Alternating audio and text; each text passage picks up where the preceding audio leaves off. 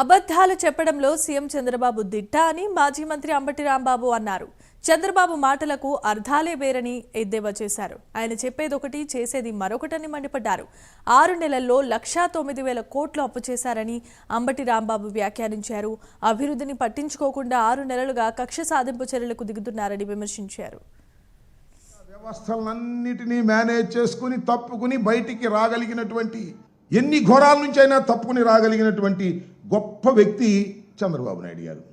అబద్ధాలు చెప్పడంలో మొత్తం భారతదేశ రాజకీయాల్లో ఇంత గొప్ప వ్యక్తి మరొకరు లేరు అని చెప్పవలసినటువంటి అవసరం ఉంటుందని మనం చేస్తున్నాం. అంతేకాదు, ల్యాండ్ టైటిలింగ్ యాక్ట్ రాగానే రద్దు చేస్తామన్నాడు, రద్దు చేశాడు. కానీ దానిలో ఉన్న విషయాలన్నీ కూడా ఇవాళ మోస్తున్నటువంటి విషయం మీరు గుర్తు చేస్తూ ఉన్నాను. అంతేకాదు, ప్రభుత్వ భవనాలకు 4,000 కోట్లు ఖర్చు పెట్టింది ఈ ప్రభుత్వం అని మమ్మల్ని అన్నాడు. ఏం జరిగిందండి? 100 కోట్లు లెక్క చెప్పాడు మొన్న. అంతేకాదు, ఇంత అప్పులు చేసి ఈ రాష్ట్రాన్ని శ్రీలంకగా చేస్తున్నారు అన్నారు. వాళ్ళు చంద్రబాబు నాయుడు గారు వచ్చి అప్పటికి ఎంత చేశాడు? ఎన్ని లక్షలు వేసాయండి?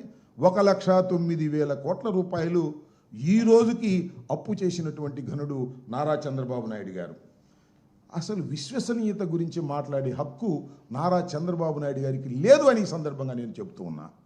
మీరు చూశారు, 4 సార్లు ముఖ్యమంత్రి అయ్యాడు, ఒకసారి కాదు 4 సార్లు అయ్యాడు. ఏం చేశారండి? మొట్టమొదటి రాగానే వైఎస్ఆర్ కాంగ్రెస్ పార్టీ ఆఫీసులు మొత్తానికి నోటీసులు ఇచ్చారు. సరే, నోటీసులు ఇస్తే మేము తేల్చుకుంటాం కోర్టుల్లో. సాక్షాత్తు మంగళగిరిలో గుంటూరు జిల్లాకు సంబంధించినటువంటి ఆఫీసుని కన్స్ట్రక్షన్ ఆల్మోస్ట్ ఆల్ కంప్లీట్ అయిపోతుంటే అతి దారుణంగా శుక్రవారం రోజు వెళ్ళి శుక్రవారం నైట్ వెళ్ళి దారుణంగా కూల్చేశారు. కోర్టు కూడా వెళ్ళడానికి వీలు లేకోకుండా కూల్చేసి, నేను కక్ష సాధింపులు నాకు అలవాటు లేదు, కక్ష సాధింపులు తీసుకునేటువంటి చర్యలు నేను పట్టను అని మీరంటే నమ్మాలని అంటా ఉన్నా.